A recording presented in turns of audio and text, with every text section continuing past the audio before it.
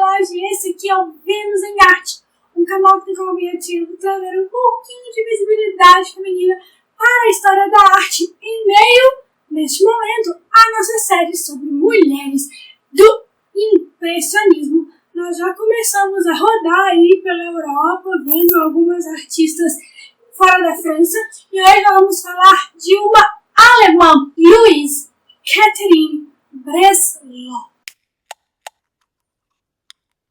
Nascida Marie-Louise Catharina Breslau, tudo ainda escrito de modo alemão.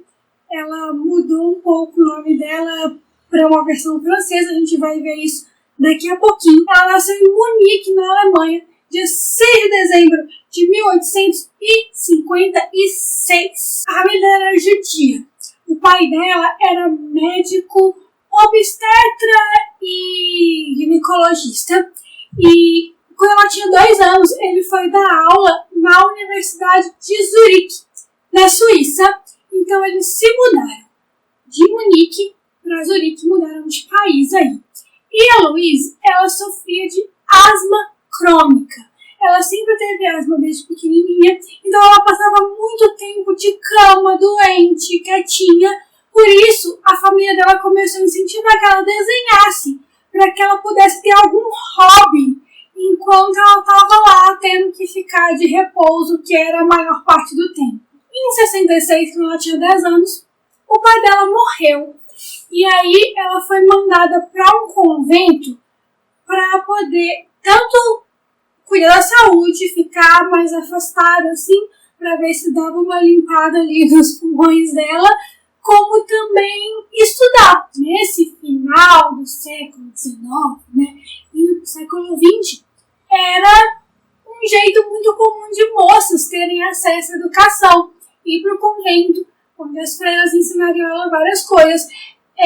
Lá em Zurique era muito comum que as meninas estudassem desenho e piano, então a Louise já tinha essa facilidade.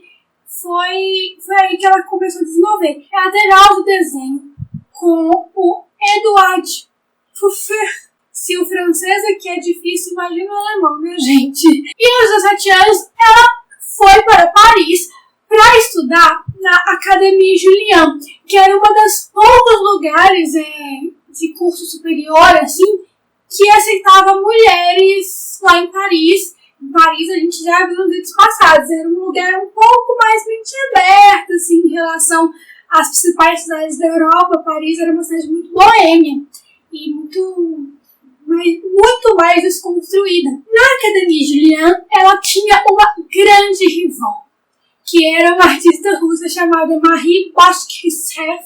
Não me peçam para falar esse nome de novo, por favor. Porém, tinha também muitas amigas. Entre elas, Madeleine Zilhaft, que era uma francesa. Ela e a irmã estudavam lá. E as duas, a Louise e a Madeleine, tiveram um longuíssimo relacionamento de mais de 40 anos. Inclusive, eu descobri sobre a Louise, a existência dela, quando, em agosto, eu estava procurando artistas reunidas para falar no mês da visibilidade lésbica, que eu não postei na época, sequer gravei, porque eu estava publicando meu primeiro livro, e aí eu estava bem atarefada, mas eu conheci ela e a Luísa Bema, que nós já falamos no penúltimo vídeo, nessa época. Em 79 a 1839, lembrem do nosso contexto aqui, ela expôs pela primeira vez no Salão de Paris. A partir disso, ela abriu o próprio ateliê, depois de 79, e passou a expor no Salão de Paris com muita frequência. Ela estava sempre com uma obra por lá. 5 anos depois, em 84, a Madeleine reencontrou com ela para encomendar um quadro. Ela queria um retrato dela feito para Louise. E foi nesse momento em que elas se encontraram e começaram a namorar. 2 anos depois, elas se mudaram oficialmente, passaram a morar juntas. E aí elas foram, assim, casadas até o fim da vida mesmo. Elas estavam sempre juntas. A Madeleine foi a grande musa e melhor amiga e tudo na vida da Louise. Elas eram unidas em todos os aspectos da vida. Em 1890, ela foi a primeira mulher estrangeira a receber o prêmio de honra lá na França. A carreira dela foi toda construída na França, para ela ser alemã / suíça. A gente falou que ia sair um pouquinho assim das francesas, mas a carreira dela foi toda feita por lá. E tanto que ela mudou o nome dela. Ela tirou Maria porque ela achava um pouco sem sentido uma judia morando num país muito católico com o nome de Maria, o que talvez faça um pouco de sentido. E ela afrancesou o seu nome de Louise Catarina para Louise Catherine. Durante a Primeira Guerra Mundial, que começou em 1914, aí já virando para o século XX, as duas permaneceram em Paris. Muita gente fugia dos grandes centros urbanos nessa época para fugir dos focos de guerra mesmo. Mas as duas moravam ali nos arredores, elas continuaram. E nessa época, a Louise começou a pintar muitos soldados, muitas enfermeiras que iam para o fronte, começaram a realmente pintar o que era a guerra ali no contexto em que elas viviam. Ela recebia encomendas de retrato bastante também, de vez em quando, e chegou a ficar amiga de algumas grandes personalidades da arte e da literatura. A Madeleine era escritora, então elas encontravam muito esse tipo de gente. Inclusive, ela era uma grande amiga do Degas, sobre o qual a gente já falou bastante no vídeo sobre a Mary Cassatt, porque ela era muito amiga dela também, e que foi um dos fundadores do movimento impressionista, do qual a Louise fazia parte. E se você aí quer saber um pouco sobre o impressionismo, o que vai ser importante daqui a pouquinho, quando a gente for analisar as obras dela, tem um vídeo aqui no canal que é só explicando o contexto histórico, características e dando exemplos de algumas mulheres que nós já estudamos e outras que vamos estudar. Depois da guerra, ela se aposentou, começou a pintar mais coisas domésticas.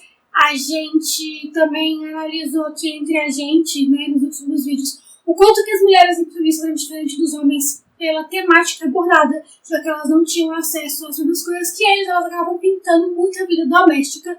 E ela começou a realmente focar nisso, mas mais pintar flores e pequenas coisas da casa delas mesmo, assim, do que fazia parte do contexto dela e da Madeleine, até que em 1927 ela morreu depois de uma longa doença. Eu dei uma pesquisada para ver se era asma, que se gravando e tudo. Não consegui encontrar, mas como ela tinha os pulmões bem fragilizados quando nova, talvez fosse isso. No testamento dela, ela deixava boa parte dos seus bens e das suas obras para Madeleine. Esse desejo foi atendido, então a Madeleine ficou com as posses dela, chegou a doar algumas obras dela, inclusive, e ela foi enterrada junto com a mãe dela. E agora vamos ver algumas obras dela. Lembrando que o nome impressionismo vem de impressão mesmo. É a impressão que o artista quer causar em você. E vamos começar com o Autorretrato, de 1891.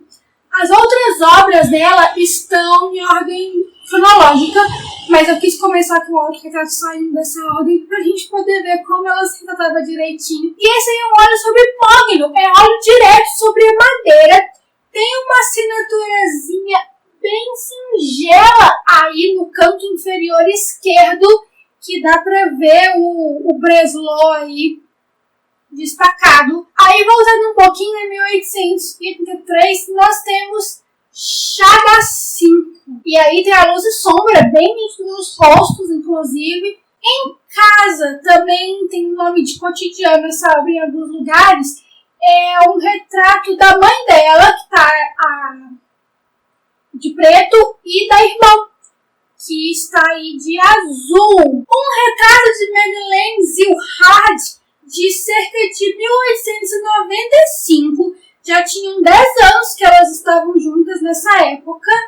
Não foi o retrato encomendado, no caso. E ele é bem diferente das outras obras que a gente vai ver aqui. São com menos cor. Eu imagino que ele não seja uma pintura, talvez seja um desenho, porque ela tinha muitos pastéis. Meninas Lendo, de 1897. Muitos borrões no fundo, mais uma vez. Essa agora é a minha favorita dela, eu estou completamente apaixonada por essa obra.